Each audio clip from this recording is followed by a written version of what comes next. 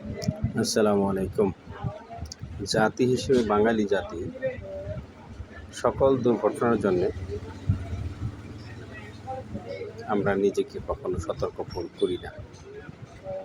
সতর্কতা মানুষের জীবনে অত্যন্ত গুরুত্বপূর্ণ একটা বিষয়। আমরা সতর্ক করি না বিধায় আজকে আমাদের এত বিপদ ঘাড়ে চেপে বসে।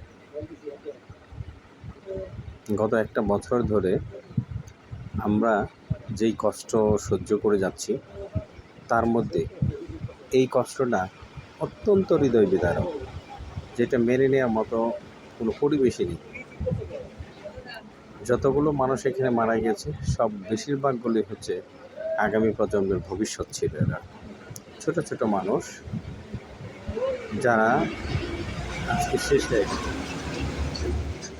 এটা আমাদের ভুলের কারণে, কি ভুলের কারণে, কেনই বা এমন ভুল হলো, এই বিষয়টা খতিয়ে দেখা দরকার। কিন্তু সর্বশেষ রেজাল্ট এটাই হবে, তদন্ত হবে, তদন্তের রেজাল্ট কেউ দেখবে না। বাংলাদেশের ইতিহাসে সেইটা কখনো নেই।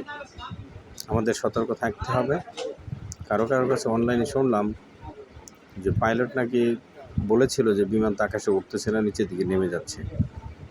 তো তখনও তো একটা ব্যবস্থা নিতে পারতো কর্তৃপক্ষ, সেটা না নিয়ে সেটাকে আস্তে আস্তে করে সেই মাইলস্টোন স্কুলের ভিতরে, যেখানে হাজার হাজার প্লাবন পড়াশোনা করে, সেখানে নিয়ে ফেলতে হবে, পড়ে গেল।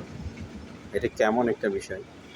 এটা অবশ্যই সঠিক তদন্ত হোক, সঠিক রেজাল্টটা চলে আসুক।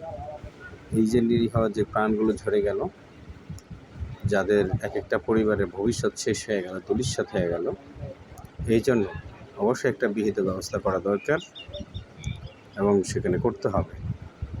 যাই হোক, বিধি হত্যার জন্য মাগফিরাত কামনা করি। যারা অসুস্থ আছে, হসপিটালে বেডে কাতরাচ্ছেন, তাদের জন্য দোয়া করি, আল্লাহ যেন তাদের মুক্তি দান করেন, তাদের দ্রুত সুস্থতা দান করেন। যারা হসপিটালে আছে, আল্লাহ যেন খুব দ্রুত তাদের মায়ের মুখে তাদেরকে ফেরত দেন। আল্লাহ তুমি তাদের সবাইকে হেফাজত করুন। আসসালামু আলাইকুম।